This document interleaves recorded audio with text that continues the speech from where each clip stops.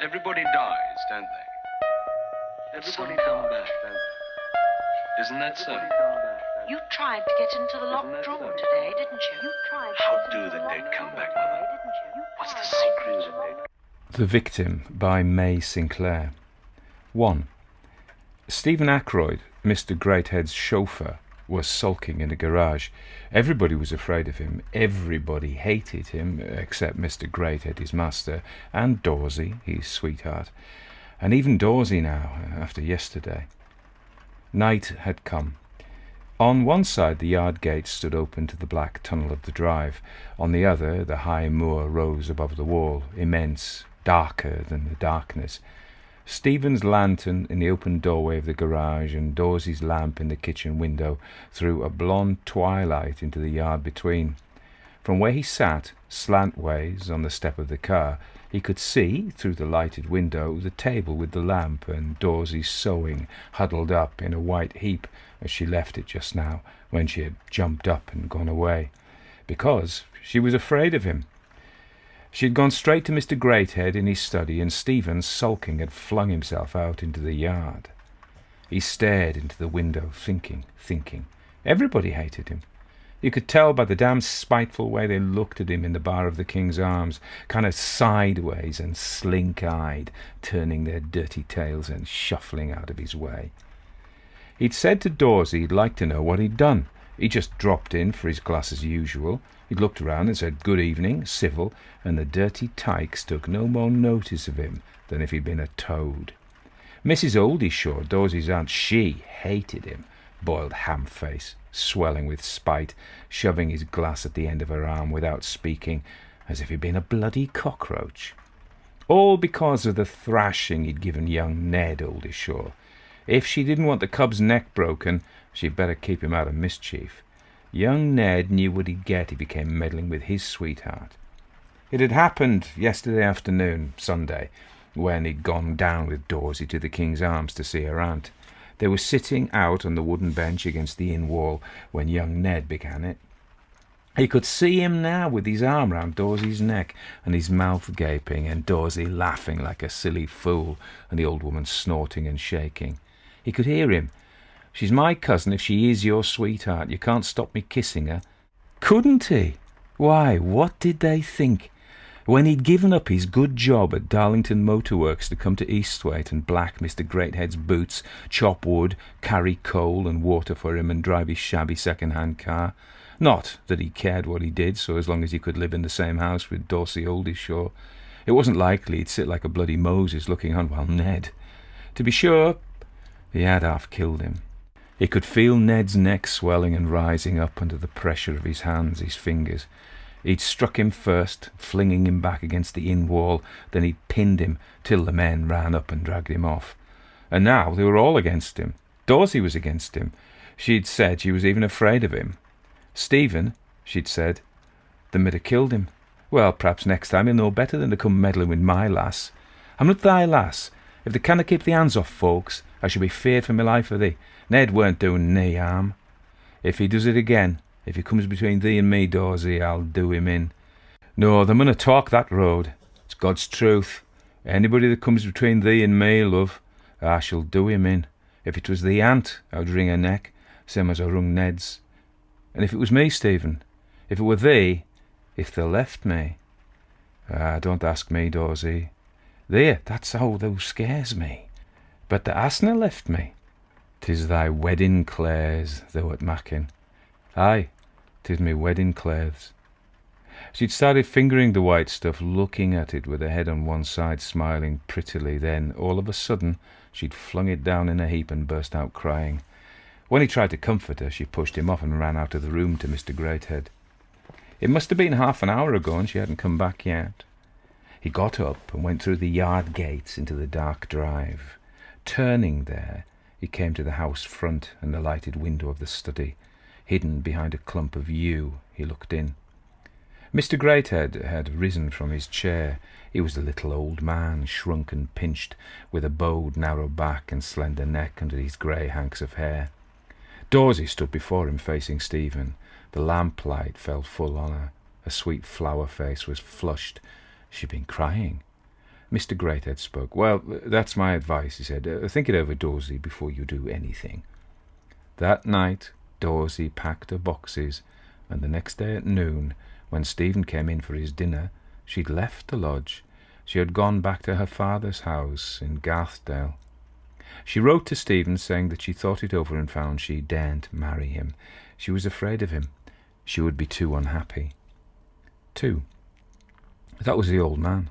The old man. He had made her give him up. But for that, Dorsy would never have left him.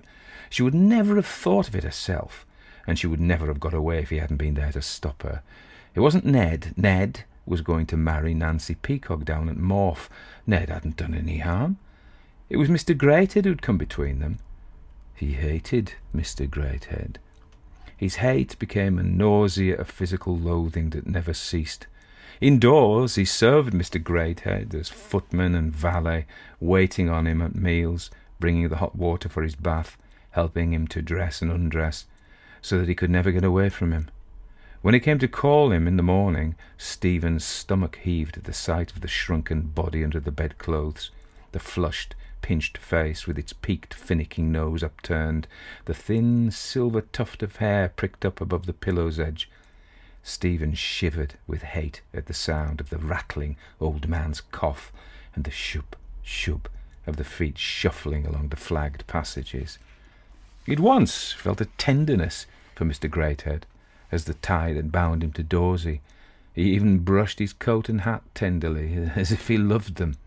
Once Mr. Greathead's small, close smile, the greyish bud of the lower lip pushed out, the upper lip lifted at the corners, and his thin, kind "Thank you, my lad," had made Stephen smile, glad to serve Dorsy's master.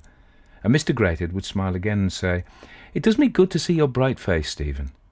Now Stephen's face writhed in a tight contortion to meet Mr. Greathead's kindliness, while his throat ran dry and his heart shook with hate.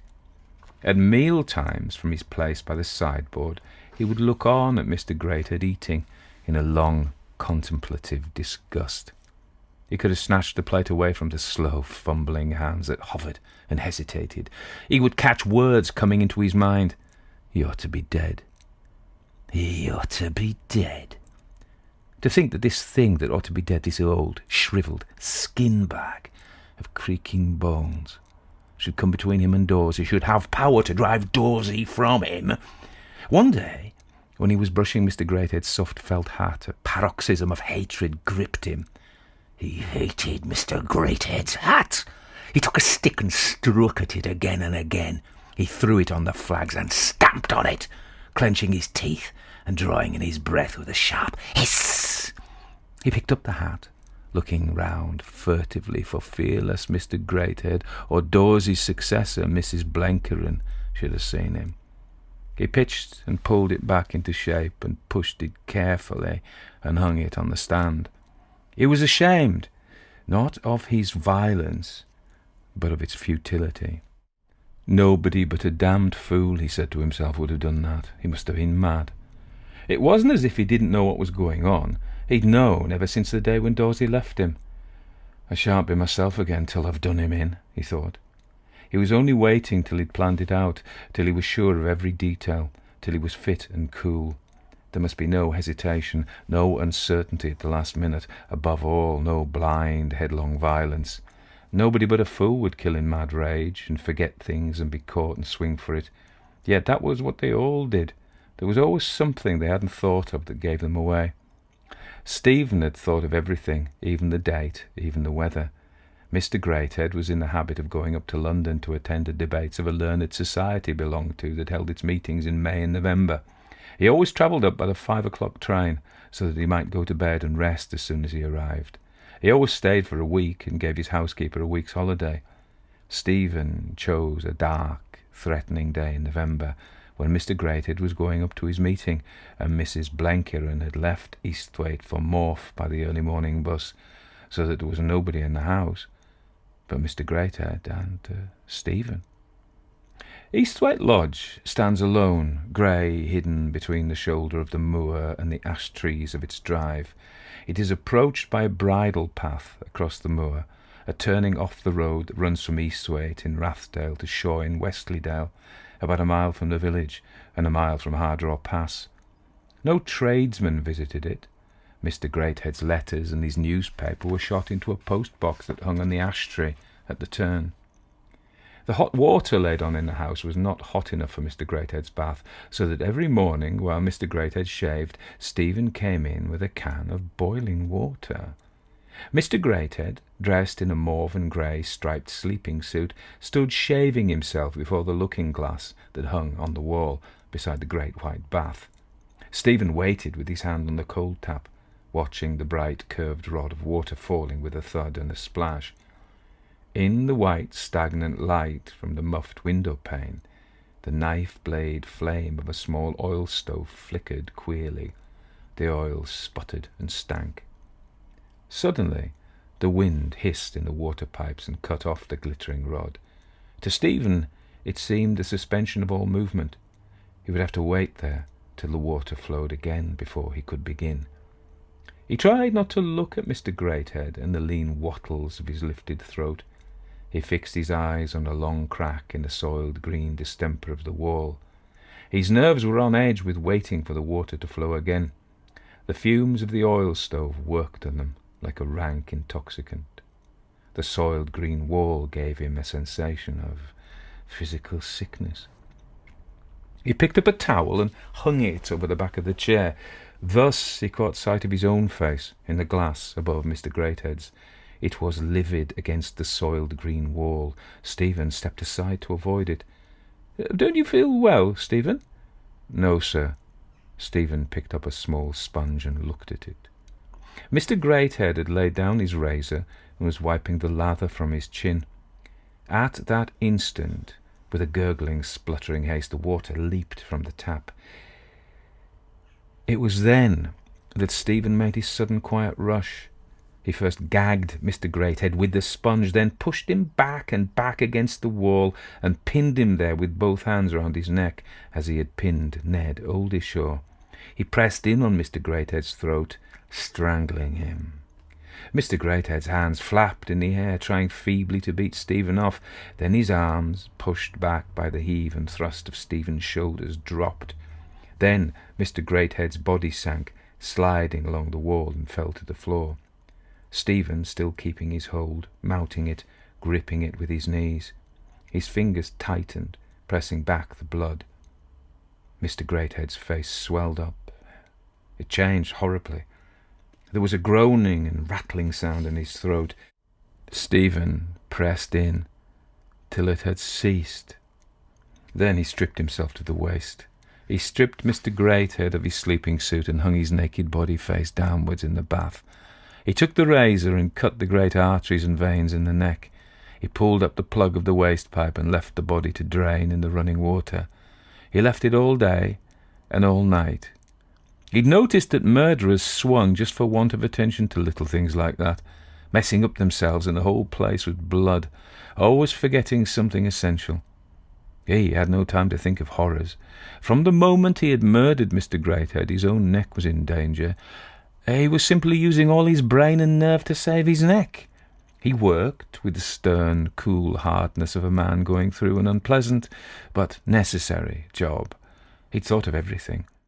He had even thought of the dairy. It was built onto the back of the house, under the shelter of the high moor. You entered it through the scullery, which cut it off from the yard.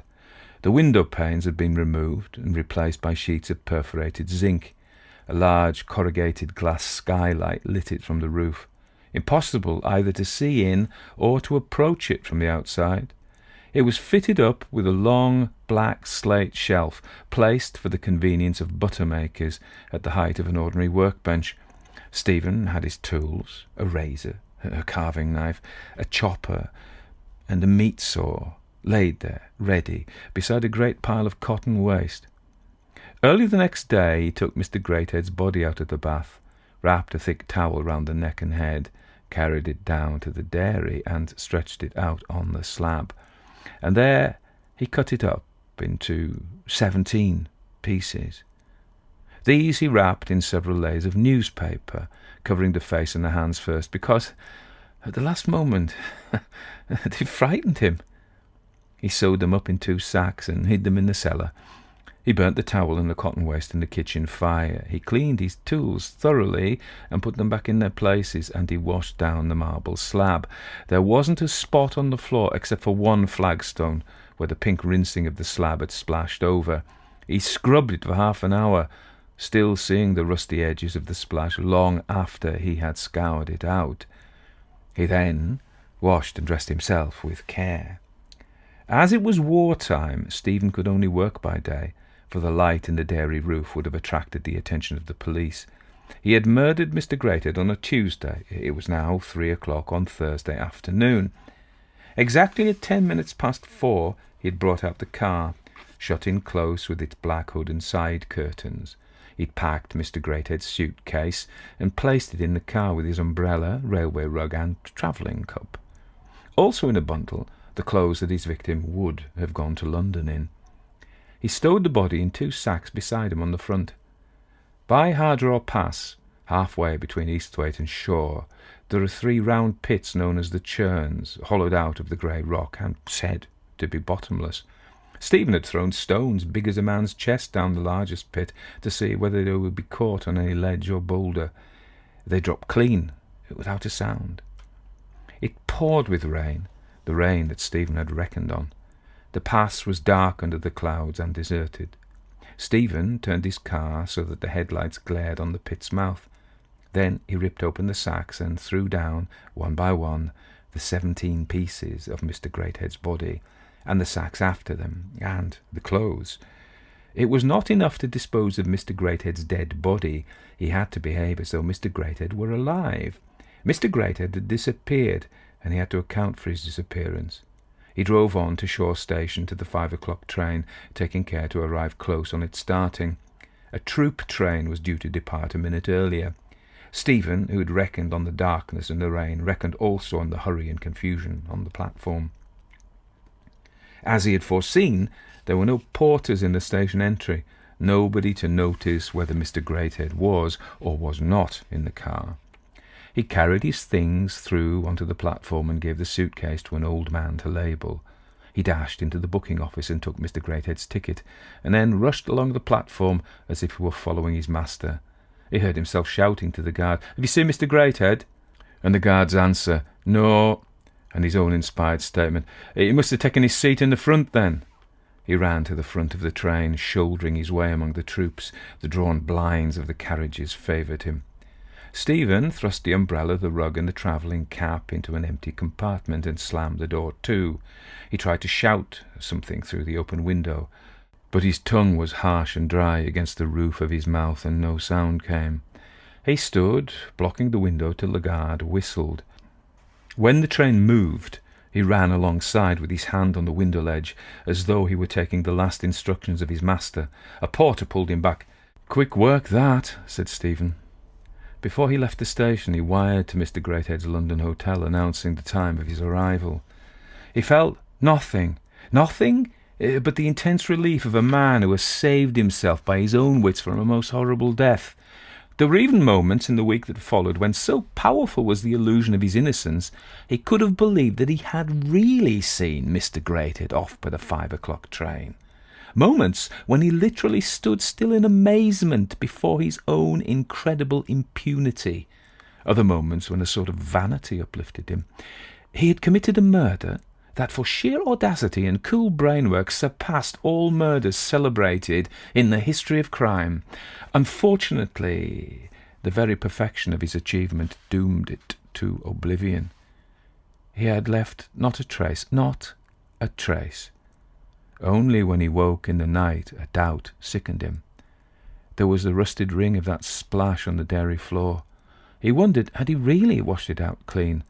And he would get up and light a candle and go down to the dairy to make sure. He knew the exact place, bending over it with the candle. He could imagine that he still saw a faint outline. Daylight reassured him. He knew the exact place, but nobody else knew. There was nothing to distinguish it from the natural stains in the flagstone. Nobody would guess. But he was glad when Mrs. Blenkerin came back next day. On the day that Mr. Greathead was to have come home by the 4 o'clock train, Stephen drove into Shaw and bought a chicken for the master's dinner. He met the 4 o'clock train and expressed surprise that Mr. Greathead had not come by it. He said he would be sure to come by the 7. He ordered dinner for 8. Mrs. Blenkerin roasted the chicken and Stephen met the 7 o'clock train. This time he showed uneasiness. The next day he met all the trains and wired to Mr. Greathead's hotel for information. When the manager wired back that Mr. Greathead had not arrived, he wrote to his relatives and gave notice to the police. 3 weeks passed. The police and Mr. Greathead's relatives accepted Stephen's statements, backed as they were by the evidence of the booking office clerk, the telegraph clerk, the guard, the porter who'd labelled Mr. Greathead's luggage, and the hotel manager who'd received his telegram. Mr. Greathead's portrait was published in the illustrated papers with requests for any information which might lead to his discovery. Nothing happened, and presently he and his disappearance were forgotten. The nephew who came down to Easthwaite to look into his affairs was satisfied. His balance at the bank was low owing to the non-payment of various dividends, but the accounts and the contents of Mr. Greathead's cash box and bureau were in order, and Stephen had put down every penny he'd spent. The nephew paid Mrs. Blenkerin's wages and dismissed her and arranged with the chauffeur to stay on and take care of the house. And as Stephen saw that this was the best way to escape suspicion, he stayed on. Only in Westleydale and Rathdale excitement lingered. People wondered and speculated. Mr. Greathead had been robbed and murdered in the train. Stephen had said that he had money on him. He had lost his memory and wandered goodness knows where. He had thrown himself out of the railway carriage. Stephen said Mr. Greathead wouldn't do that, but he shouldn't be surprised if he'd lost his memory. He knew a man who forgot who he was and where he lived, didn't know his own wife and children. Shell shock, and lately Mr. Greathead's memory hadn't been what it was. Soon as he got it back, he'd turn up again. Stephen wouldn't be surprised to see him walking in any day. But on the whole, people noticed that he didn't care to talk much about Mr. Greathead. They thought this showed very proper feeling. They were sorry for Stephen. He'd lost his master, and he'd lost Dorsy Oldershaw, and if he did half kill Ned Oldershaw, well, young Ned had no business to go meddling with his sweetheart. Even Mrs. Oldershaw was sorry for him. And when Stephen came into the bar of the King's Arms, everybody said, "Good evening, Steve," and made room for him by the fire. 3. Stephen came and went now as if nothing had happened. He made a point of keeping the house as it would be kept if Mr. Greathead were alive. Mrs. Blenkerin, coming in once a fortnight to wash and clean, found the fire lit in Mr. Greathead's study, and his slippers standing on end in the fender. Upstairs his bed was made, his clothes folded back ready. This ritual guarded Stephen not only from the suspicion of outsiders, but from his own knowledge. By behaving as though he believed that Mr. Greathead was still living, he almost made himself believe it. By refusing to let his mind dwell on the murder, he came to forget it. His imagination saved him, playing the play that kept him sane, till the murder became vague to him and fantastic, like a thing done in a dream. He'd waked up, and this was the reality, this round of caretaking, this look the house had of waiting for Mr. Greathead to come back to it. He'd left off getting up in the night to examine the place on the dairy floor. He was no longer amazed by his impunity. Then, suddenly, when he really had forgotten, it ended. It was on a Saturday in January, about 5 o'clock. Stephen had heard that Dorsy Oldershaw was back again, living at the King's Arms with her aunt. He had a mad, uncontrollable longing to see her again. But it was not Dorsy he saw. His way from the lodge kitchen into the drive was through the yard gates and along the flagged path under the study window. When he turned onto the flags, he saw it, shuffling along before him. The lamplight from the window lit it up. He could distinctly see the little old man in the long, shabby black overcoat, with the grey woolen muffler round his neck, hunched up above his collar, lifting the thin grey hair that stuck out under the slouch of the black hat. In the first moment that he saw it, Stephen had no fear. He simply felt that the murder hadn't happened, that he really had dreamed it, and that this was Mr. Greathead come back alive among the living. The phantasm was now standing at the door of the house, its hand on the doorknob, as if about to enter. But when Stephen came up to the door, it wasn't there. He stood fixed, staring at the space which had emptied itself so horribly. His heart heaved and staggered, snatching at his breath, and suddenly the memory of the murder rushed at him. He saw himself in the bathroom, shut in with his victim by the soiled green walls. He smelt the reek of the oil stove. He heard the water running from the tap. He felt his feet springing forward and his fingers pressing tighter and tighter on Mr. Greathead's throat. He saw Mr. Greathead's hands flapping helplessly, his terrified eyes, his face swelling and discoloured, changing horribly, and his body sinking to the floor. He saw himself in the dairy afterwards. He could hear the thudding, grinding, scraping noises of his tools. He saw himself on Hardraw Pass and the headlights glaring on the pit's mouth, and the fear and the horror he had not felt then came on him now. He turned back, he bolted the yard gates and all the doors of the house, and shut himself up in the lighted kitchen. He took up his magazine, the autocar, and forced himself to read it. Presently his terror left him. He said to himself that it was nothing but his fancy. He didn't suppose he'd ever see it again. 3 days passed. On the third evening, Stephen had lit the study lamp and was bolting the window when he saw it again. It stood on the path outside, close against the window, looking in. He saw its face distinctly, the greyish stuck-out bud of the underlip and the droop of the pinched nose. The small eyes peered at him, glittering. The whole figure had a glassy look between the darkness behind it and the pane. One moment it stood outside looking in, and the next it was mixed up with the shimmering picture of the lighted room that hung there on the blackness of the trees. Mr. Greathead then showed as if reflected, standing with Stephen in the room. And now he was outside again, looking at him through the pane. Stephen's stomach sank and dragged, making him feel sick. He pulled down the blind between him and Mr. Greathead, clamped the shutters to, and drew the curtains over them. He locked and double-bolted the front door, all the doors, to keep Mr. Greathead out. But once, that night, as he lay in bed, he heard the shoop, shoop of feet shuffling along the flagged passages up the stairs and across the landing outside his door. The door handle rattled, but nothing came. He lay awake till morning, the sweat running off his skin, his heart plunging and quivering with terror. When he got up, he saw a white, scared face in the looking-glass, a face with a half-open mouth ready to blab, to blurt out his secret, the face of an idiot. He was afraid to take that face into Eastwaite or into Shore, so he shut himself up in the house, half-starved on his small stock of bread, bacon and groceries. 2 weeks passed, and then it came again, in broad daylight. It was Mrs. Blenkeren's morning. He'd lit the fire in the study at noon and set up Mr. Greathead's slippers in the fender. When he rose from his stooping and turned round, he saw Mr. Greathead's phantasm standing on the hearthrug close in front of him. It was looking at him and smiling in a sort of mockery, as if amused at what Stephen had been doing. It was solid and completely lifelike at first. Then, as Stephen in his terror backed and backed away from it, he was afraid to turn and feel it there behind him. Its feet became insubstantial. As if undermined, the whole structure sank and fell together on the floor, where it made a pool of some whitish, glistening substance that mixed with the pattern of the carpet and sank through.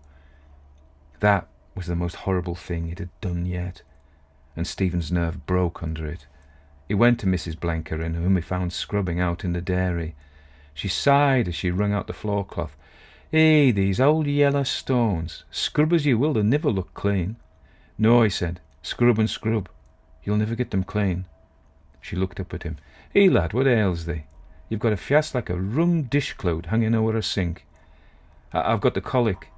And they wonder with the damp, and they're misties, and your own bad cooking. Let me roon down King's Arms and get you a drop of whiskey." "No, I'll gan down mysen." He knew now he was afraid to be left alone in the house. Down at the King's Arms, Dorsy and Mrs. Oldershaw were sorry for him, but this time he was really ill with fright. Dorsy and Mrs. Oldershaw said it was a chill. They made him lie down on the settle by the kitchen fire and put a rug over him and gave him stiff hot grog to drink.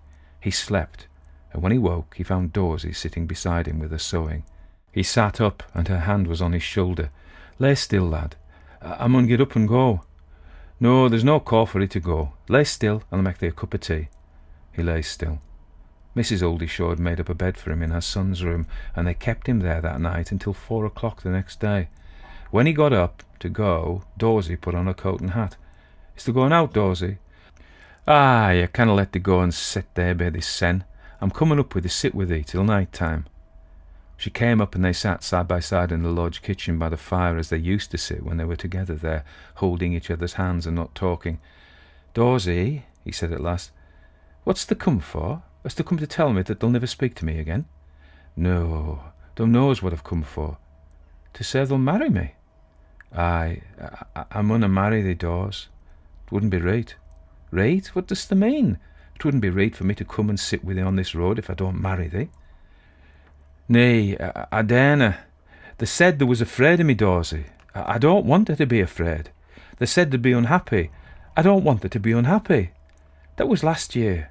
I'm not afraid of the now, Steve. They don't know me, lass. Aye, I know her. I know they're sick and starved for want of me. They canna live without the own lass to take care of her." She rose. "I mun go now, but I'll be up tomorrow and the next day. And tomorrow and the next day and the next, at dusk, the hour that Stephen most dreaded, Dorsy came. She sat with him till long after the night had fallen. Stephen would have felt safe so long as she was with him, but for his fear that Mr. Greathead would appear to him while she was there, and that she would see him. If Dorsy knew he was being haunted, she might guess why. Or Mr. Greathead might take some horrible blood-dripping and dismembered shape that would show her how he had been murdered. It would be like him, dead, to come between them, as he had come when he was living. They were sitting at the round table by the fireside. The lamp was lit, and Dorsy was bending over her sewing. Suddenly she looked up, her head on one side, listening. Far away, inside the house, on the flagged passage from the front door, he could hear the shub, shub of the footsteps. He could almost believe that Dorsy shivered, and somehow, for some reason, this time he was not afraid.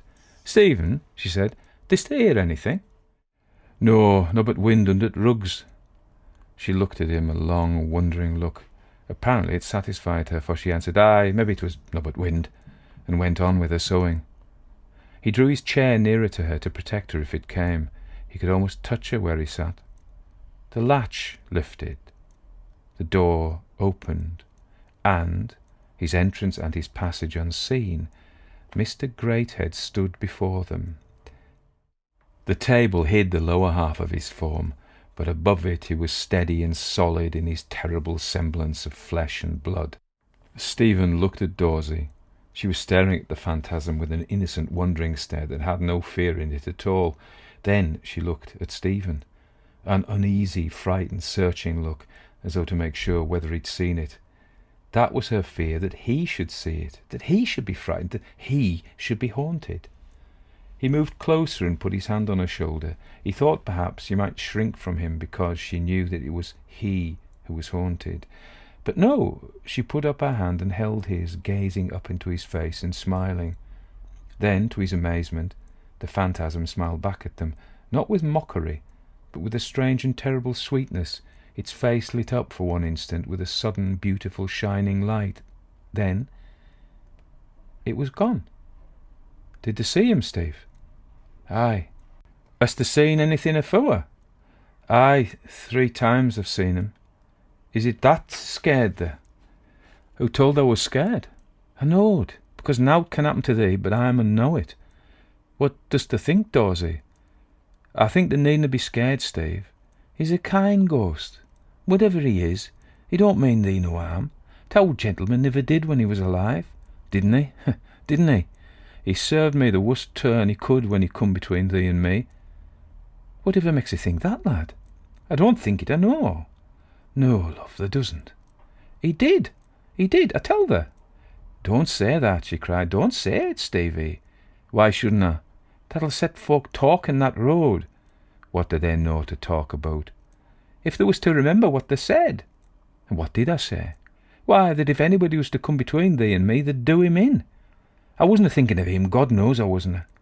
They don't, she said. Thou knows I didn't mean him. Aye, I know, Steve. And Dorsy, they aren't afraid of me. They aren't afraid of me any more. Nay, lad, I love thee too much. I shall never be afraid of thee again. Would I come to thee this road if I was afraid? They'll be afraid now. And what should I be afraid of? Why, him. Him? I should be a deal more afraid to think of thee sitting with him up here by the Seine. Wouldn't they come down and sleep at Aunt's? That I wunna, but I shall set thee on the road past moor. He went with her down the bridle path and across the moor and along the main road that led through Esthwaite. They parted at the turn where the lights of the village came in sight. The moon had risen as Stephen went back across the moor. The ash tree at the bridle path stood out clear, its hooked, bending branches black against the grey moor grass. The shadows in the ruts laid stripes along the bridle path, black on grey. The house was black-grey in the darkness of the drive. Only the lighted study window made a golden square in its long wall. Before he could go up to bed, he would have to put out the study lamp. He was nervous, but he no longer felt the sickening and sweating terror of the first hauntings. Either he was getting used to it, or something had happened to him. He'd closed the shutters and put out the lamp.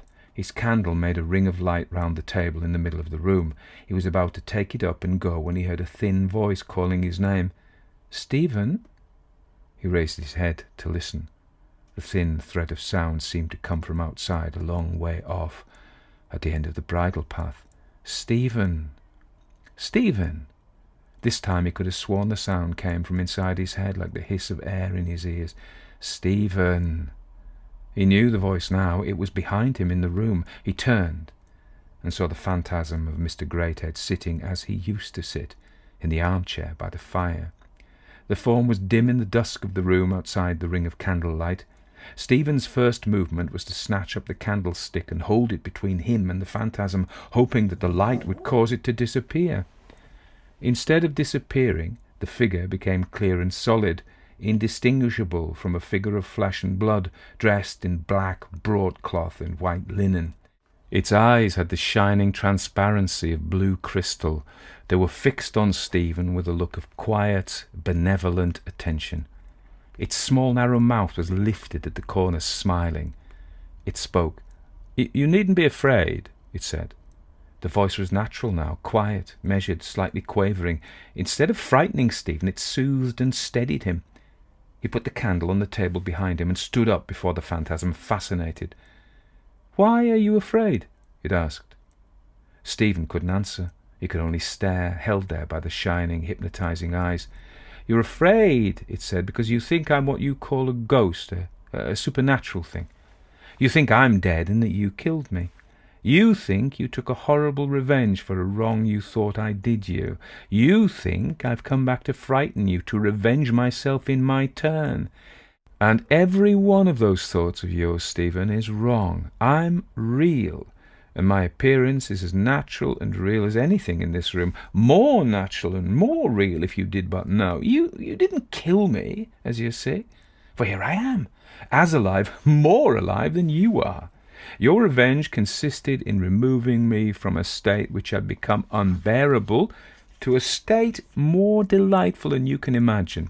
I don't mind telling you, Stephen, that I was in serious financial difficulties, which, by the way, is a good thing for you, as it provides a plausible motive for my disappearance. So that as far as revenge goes, the thing was a complete frost.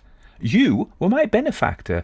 Your methods were somewhat violent, and I admit you gave me some disagreeable moments before my actual deliverance, but as I was already developing rheumatoid arthritis, there can be no doubt that in your hands my death was more merciful than if it had been left to nature. As for the subsequent arrangements, I congratulate you, Stephen, on your coolness and resource. I always said you were equal to any emergency, and that your brains would pull you safe through any scrape. You committed an appalling and dangerous crime, a crime of all things the most difficult to conceal, and you contrived so that it was not discovered and never will be discovered. And no doubt the details of this crime seem to you horrible and revolting to the last degree. And the more horrible and more revolting they were, the more you piqued yourself on your nerve in carrying the thing through without a hitch. I don't want to put you entirely out of conceit with your performance. It was very creditable for a beginner, very creditable indeed. But let me tell you this. This idea of things being horrible and revolting is all illusion. The terms are purely relative to your limited perceptions. I'm speaking now to your intelligence. I don't mean that practical ingenuity which enabled you to dispose of me so neatly. When I say intelligence, I mean intelligence. All you did then was to redistribute matter. To our incorruptible sense, matter never takes any of those offensive forms in which it so often appears to you. Nature has evolved all this horror and repulsion just to prevent people from making too many little experiments like yours. You mustn't imagine that these things have any eternal importance. Don't flatter yourself you've electrified the universe, for mine's no longer attached to flesh and blood. That horrible butchery you're so proud of, Stephen, is simply silly. No more terrifying than the spilling of red ink or the rearrangement of a jigsaw puzzle. I saw the whole business, and I can assure you I felt nothing but intense amusement. Your face, Stephen, it was so absurdly serious. You've no idea what you looked like with that chopper. I'd have appeared to you then and told you so, only I knew I should frighten you into fits. And there's another grand mistake, my lad. You're thinking that I'm haunting you out of revenge, that I'm trying to frighten you. My dear Stephen, if I'd wanted to frighten you, I'd have appeared in a very different shape. I needn't remind you what shape I might have appeared in. What do you suppose I've come for? I don't know, said Stephen in a husky whisper. Tell me. I've come to forgive you, and to save you from the horror you would have felt sooner or later, and to stop you going on with your crime. You needn't, Stephen said. I'm not going on with it. I shall do no more murders.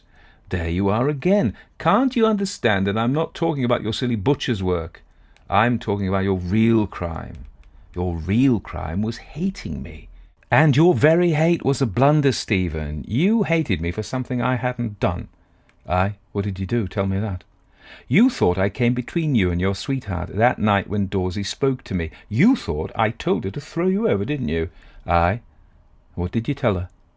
I told her to stick to you. It was you, Stephen, who drove her away. You frightened the child. She said she was afraid for her life of you. Not because you half-killed that poor boy, but because of the look on your face before you did it. The look of hate, Stephen. I told her not to be afraid of you. I told her that if she threw you over, you might go altogether to the devil, that she might even be responsible for some crime. I told her that if she married you and was faithful, if she loved you, I'd answer for it you'd never go wrong. She was too frightened to listen to me. Then I told her to think over what I'd said before she did anything. You heard me say that? Aye, that's what I heard you say. I didn't know. I thought you'd set her against me. If you don't believe me, you can ask her, Stephen. That's what she said to the night. That you never come between her and me. Never. Never, the phantasm said. And you don't hate me now? No. I should never have hated her. I should never have laid a finger on her if I'd known. It's not with your laying fingers on me, it's your hatred that matters. If that's done with, the whole thing's done with. Is it? If it was known, I should have to hang for it. Mun I give myself up? Tell me, mun I give myself up? You want me to decide that for you? Aye. Don't go, he said, don't go. It seemed to him that Mr. Greathead's phantasm was getting a little thin, as if it couldn't last more than an instant. He'd never so longed for it to go as he longed now for it to stay and help him. Well, Stephen, any flesh and blood man would tell you to go and get hanged tomorrow, that it was no more than your plain duty. And I dare say there are some mean, vindictive spirits even in my world who would say the same, not because they think death important, but because they know you do, and want to get even with you that way. It isn't my way. I consider this little affair is strictly between ourselves. There isn't a jury of flesh and blood men who would understand it. They all think death so important. What do you want me to do, then? Tell me and I'll do it. Tell me. He cried out loud, for Mr. Greathead's phantasm was getting thinner and thinner. It dwindled and fluttered like a light going down. Its voice came from somewhere away outside, from the other end of the bridle path. "Go on living," it said. "Marry Dorsy." "I daren't. She don't know I killed her." "Oh, yes." The eyes flickered up, gentle and ironic. "She does. She knew all the time." And with that, the phantasm went out.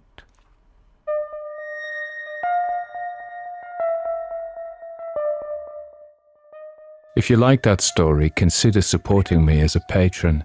That way you help me make more stories for you and get access to a patrons-only library of stories. Lots more hours for you to listen to. How do the dead come back, Mother? What's the secret of the dead come? So that was The Victim by May Sinclair. She was actually a pretty famous writer in her time. It was easy to read apart from the dialect bits. So I guess from her place names, it was supposed to be set in the Yorkshire Dales somewhere, with like Westleydale for Wensleydale. And Hardraw Force is actually a proper place around there. But I wasn't happy with the dialect. I mean, it's North Yorkshire, and I'm not a Yorkshireman, so I'm not an authority on it. But Morna and Canna is more Scots. I've never heard anybody say. I know they say sen. I thought also North Yorkshire was more like us saying sell instead of sen for self. But anyway, apart from that, it's a minor quibble. So let me say about May Sinclair. So May Sinclair, more formally Mary Amelia Sinclair, was born on the 24th of August 1863 in Rochferry in Cheshire, England. Duffy did an album called Rochferry.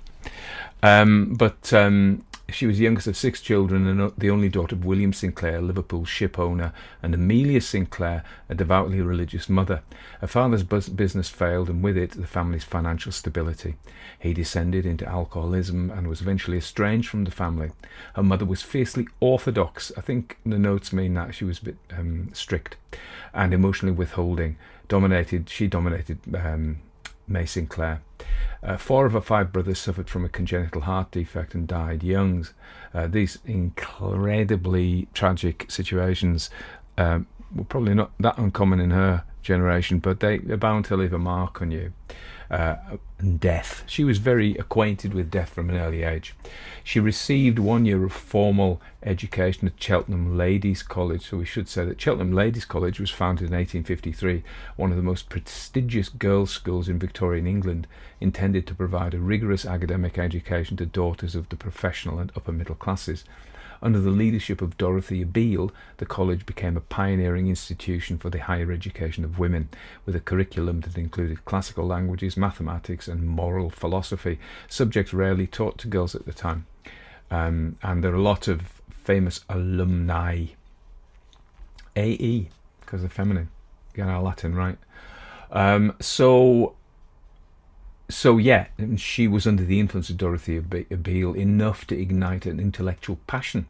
She had to go back from school to look after her sick brothers, but she continued her studies alone, and she read widely in philosophy, theology and literature, developing an early affinity for the British idealist, particularly T.H. Green. So who was T.H. Green, you might say? So Thomas Hill Green, born 1836, was a British idealist philosopher and a leading figure in the 19th century revival of Hegelian thought in Britain. A professor at Oxford, Green's major work, Prolegomena to Ethics, published posthumously in 1883, argued that the individual self is not atomistic but inherently social, and that the ethical life requires participation in a moral community. He believed that consciousness is not passive but actively structures experience, an idea that influenced both political liberalism and metaphysical idealism. So, her version, let's just jump into this philosophically, was she was an idealist, a British form of idealism. It wasn't the same as Bishop Berkeley's immaterialism. So Bishop Berkeley, an Irish philosopher, was an idealist. So the idealists believe that most scientists these days are physicalists or materialists, and they believe that the building block of life is matter, and that consciousness and our experience somehow magically emerges from bits bits of wood, not necessarily bits of wood, but carbon. Do you know what I mean? From physical things that you can punch. But of course, this is falling apart because it's clearly wrong. But most people still believe this. Even a lot of scientists still believe this. The top dogs don't. They're like, obviously, it's not true. Well, you know my position on it. I'm an idealist, just like she was. Let's get back to the author. So she was reading all this stuff, and she came to the conclusion, and she was interested in spiritualism, really. So the experience of reading T.H. Green, who we talked about, precipitated a spiritual crisis in 1886 that would shape her adult life. She broke with her mother's more traditional religious views and instead embraced a mystical form of philosophical monism, which is to say she was an idealist. That is to say, everything comes from mind. The primary substance of the world is mind. She started writing in 1896. Her first professional novel, Audrey Craven, was published in 1897, followed by Mr. and Mrs. Neville Tyson, 1898. Sounds like the guest list at the annual lifeboat ball at Wigton. And Helpmate, 1907. Early examples of her characteristic concern with feminine moral struggle and social entrapment. The novels were modestly received, but Divine Fire, 1904, a philosophically structured tale of artistic vocation that brought her commercial success and transatlantic recognition. She's an English author, but she was better received in America. And if you read, a lot of the studies about her are based in the US. Yale has a thing about her, page about her. So does Edinburgh University, so to be fair. So she later went to the US where she toured and lectured. And she was more enthusiastically received there. She remained unmarried throughout her life. She supported herself and her mother until 1901 by writing steadily across genres: novels, short stories, philosophical essays, literary criticism and verse. She was a suffragist, a member of the Women's Writers' Suffrage League. So the suffragist refers to those who campaign for women's rights to vote through legal and non-violent means, as distinct from the more militant suffragettes associated with the Women's Social and Political Union. Sinclair was aligned with the former group, the Constitutional Suffragists, and was a member of the Women Writers' Suffrage League. Her feminism was philosophical as well as political, arguing not only for legal authority, and not authority equality, but for the expansion of women's intellectual and spiritual agency. So this is clearly a woman who's very bright and has been denied really a formal education, not so much by, many women were, in her case, through the illness of her brothers, really. But that is itself, she has to go and look after the brothers. I wonder if it would have been that she'd had six sisters, would she have, would it have made a difference? Who knows? So she once attended a suffrage event dressed as a rebellious Jane Austen.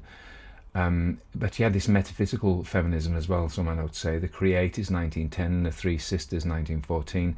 She portrayed women as caught between personal desire and inherited duty. Although, to be fair, aren't we all? And their subjectivity constrained not only by society but by metaphysical errors, false distinctions between self and other, mind and body. So this is the the idealist philosophy coming in here. There are all sorts of brands of idealism. Perhaps the most famous one is kind of Buddhism and certain sects of Hinduism. And she wasn't that, but there are European idealists as well. The Western, it has a Western tradition as well. But of course, it's easy to explain this if we look at the Indian stuff. We all know, most of us know, that in Buddhism, particularly the doctrine of emptiness, is that we are not really people. We are not really who we think we are. We are something, but we are deceived if we believe we are a self.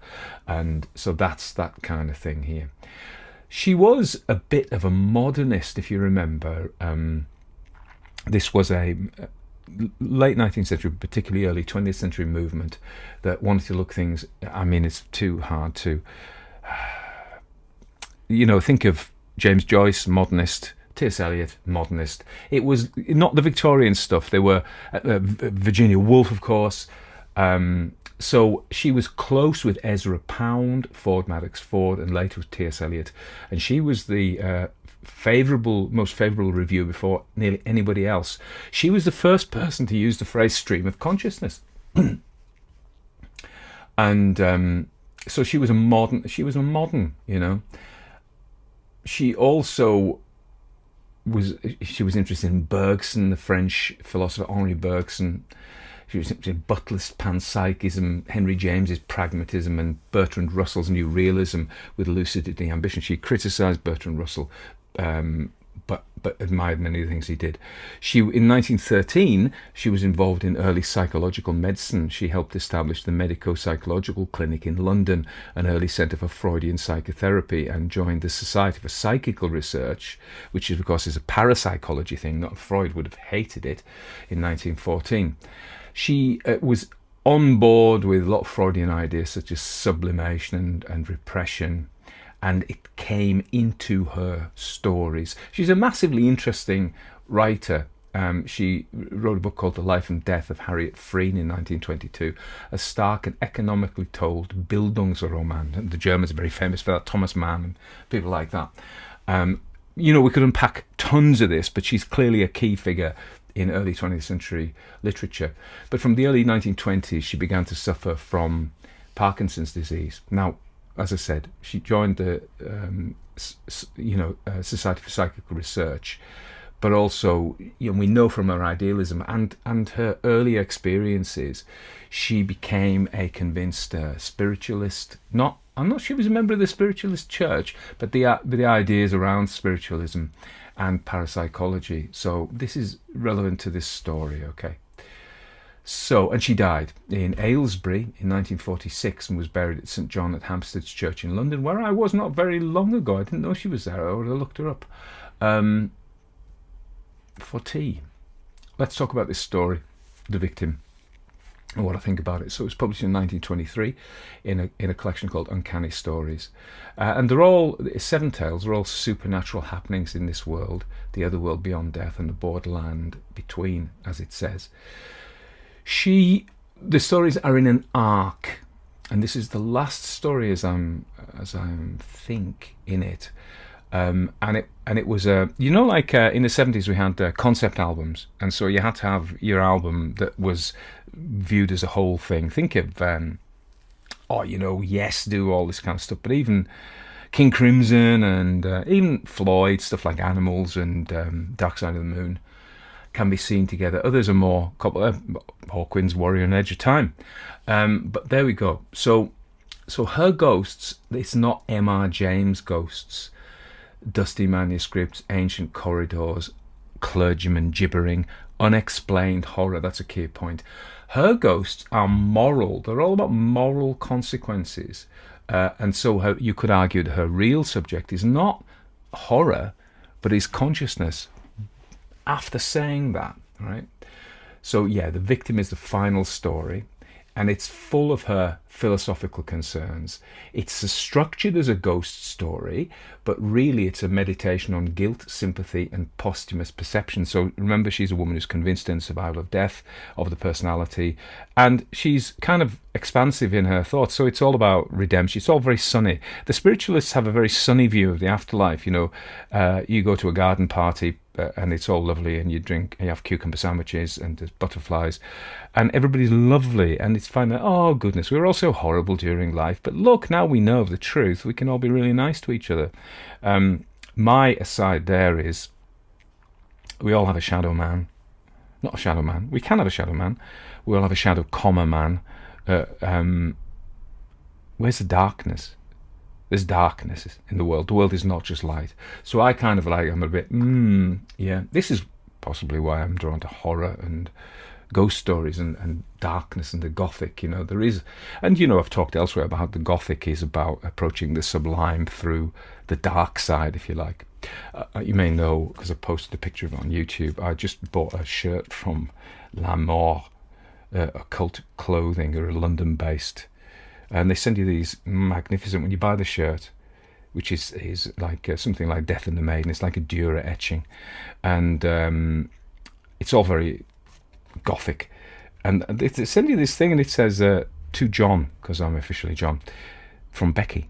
The revealed. The well that is my heart is poisoned, and my eyes, like the pyre, have turned to ash. For centuries I have waited for this hideous serpent to drag its loathsome shadow across the temple floor, and now, as even the gods and statues look away, I alone must bear truths that would make the stars collapse. So that isn't anything to do with May Sinclair. I'm just saying about how very gothic shirt I got.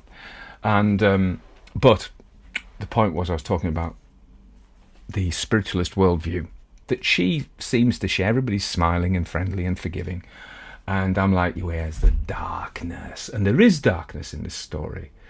There is darkness in this story, but her view of the ghostly world is one of niceness.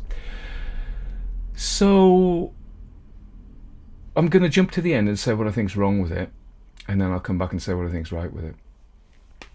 So we're set up to believe that this is a horror story, but remember that in the most unsettling stories, there are lots of things that unsettle us, but one of them, used by the greats, think of Rob Aikman, think of M.R. James, is that things aren't explained. They're not tidied away.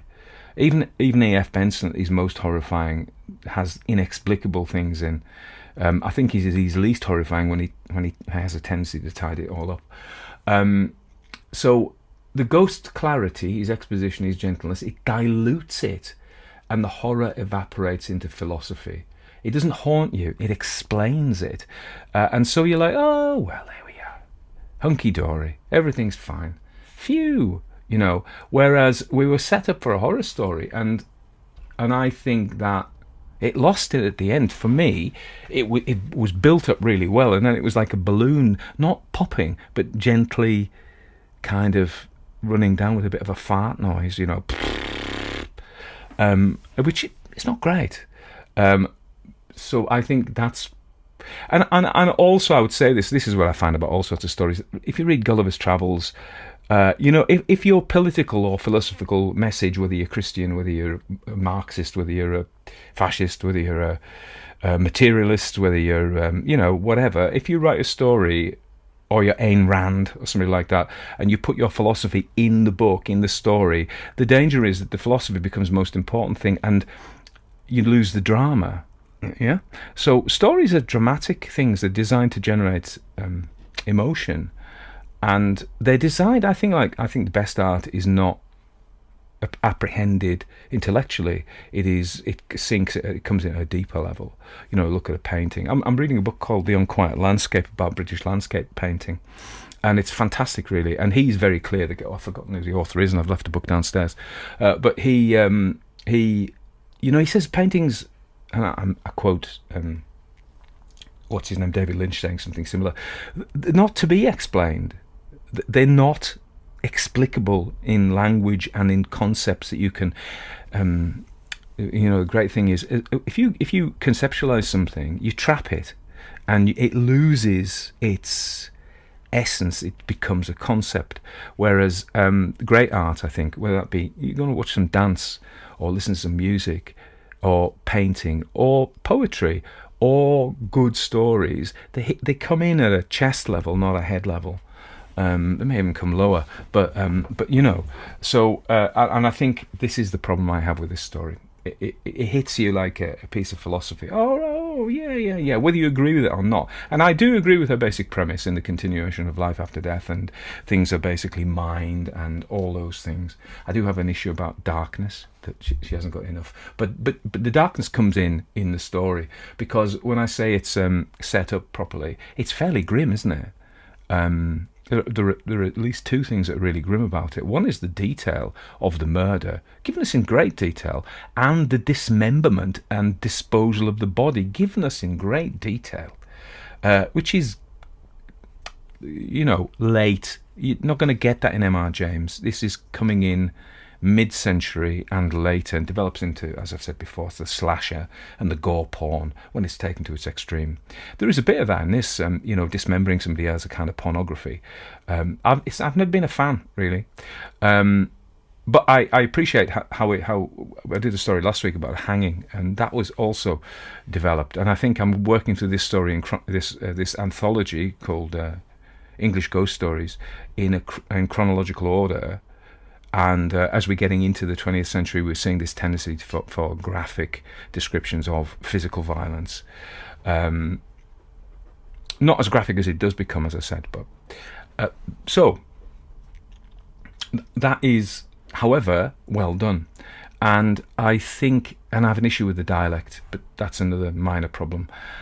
And also, what I think is well done is the construction of the story, how she portrays his psychological state. First of all, I think he goes through 3 stages. One is he's completely unenlightened. He lives in his emotions. He is his emotions. So she knew about psychoanalysis as well.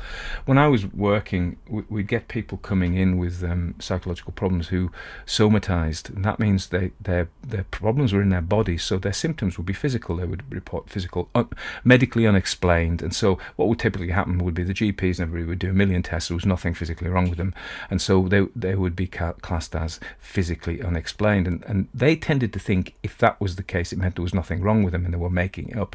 But that isn't true. It just means that the psychological distress is manifesting at a completely physical level. Now, you can't do much with that to treat it. What you need to do is to raise it up a little bit, and so that they conceptualize, because I talk about concepts at the beginning like they're a bad thing, but they're actually a really useful thing, because if you have concepts, you can manipulate them, you can work with them. That's how humans' brains work. That's why we've been really successful, because we conceptualize and then we can... It's like mathematics, you know. Mathematics is a symbolic language that represents the world. It's not the world, but it allows you to model the world. And so concepts that we create, you know, for example, say you see all these things running around and you go, oh, they're dogs. And then you've got an idea, oh, that's a dog, and a dog is different from a cat.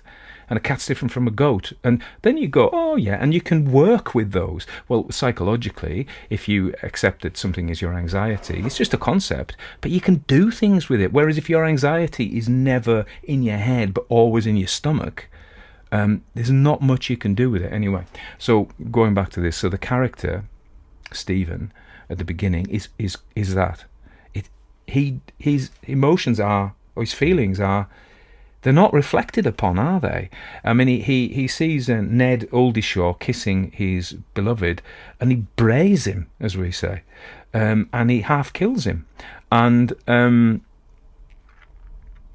then he has this idea, which is wrong, that his employer was advising his beloved to leave him, and the emotions that arise from that lead him to kill him.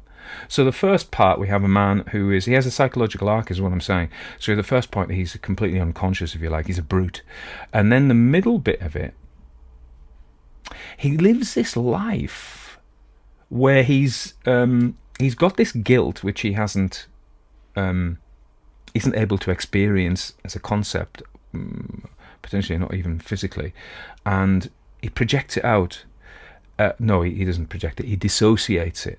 So he's dissociated, and it feels like a dream. He lives a world. This is classic dissociation, as if it's true, and the real world is somewhere else. It's a dream world. It's passed away. I had a patient once who used to lose her shit and bite her boyfriend quite badly, and the human bites aren't very nice. She didn't remember it afterwards. This is really common dissociation, very, very common. The mind puts it somewhere else, and in his case, so his shadow content, if you like, at the beginning is completely embodied it's in his body. He just lives it, and then in the middle, it's rising up, if you like, but he can't tolerate it, so it's dissociated, it's sent away, and it's a dream, and he lives as if he didn't murder him. Yeah, and he even begins to believe he didn't murder him. And then the next thing that comes is the guilt starts to seep into. He can't repress it anymore. He can't dissociate it anymore. It's calling, and it doesn't stay in his body. He's starting to feel the guilt, and he feels it as fear. And that's kind of, and then he's absolved. So Bob's your uncle and he's fine. So I think that's his psychological arc. The next thing I was going to say that's troubling about the story to a modern reader, particularly a feminist like this, maybe it's not for me to speak for feminists, but imagine my daughter comes to see me and says, I've got a new boyfriend, Dad. Oh yeah, Stephen. All right. He's violently jealous. Another boy was kissing me and he nearly killed him. All right. And he's massively jealous, and if he thinks that anybody's going to stand between us, well, he did kill somebody. I'd be like, right, but is it okay if I marry him? I'd be going, no. So the fact that this jealously homicidal man is given a pass is... Nobody would write the story today, would it? And she is as a feminist, you're like, But I think what happens here is that her feminism is trumped by her metaphysical beliefs. So she believes in redemption. I mean, that's a Christian belief, isn't it? But I mean, many of the spiritualists are Christians as well, or a version of Christianity, and so they still have this idea of redemption. And so, and the point is, in Christianity, it doesn't matter how bad you are, if you repent and you turn to Christ, you are forgiven. Doesn't matter what you've done. And so I think this is a kind of an echo of that this jealously homicidal man repents. And so by her metaphysics, which is to say her spiritualism plus this echo of Christianity, it's all right. And I think that is, to somebody who isn't her, I think that's problematic, to say the least. But a massively interesting story because of that. What else do I want to say? So yeah, just to resolve it, I think it's really well written. It's well crafted. If she changed the end somewhat, it could have been really horrific. It could have been a really effective horror story. But because she came a bit preachy about her metaphysics, to our modern ears at least, I think it loses the drama. It loses the drama. And I think the issue about the violent man is a problem, and I think the preachiness is a problem, and the dialect is a problem to me. But I don't want to run it down, because I think up to that point it's massively the scene setting is great. The energia, which is putting you in the scene, is really well done, and the depiction of the character Stephen is really interesting as well. So I think there's a lot to be said about it in its favour. But for me, it kind of failed a little bit. So I would give it a B-. Sorry.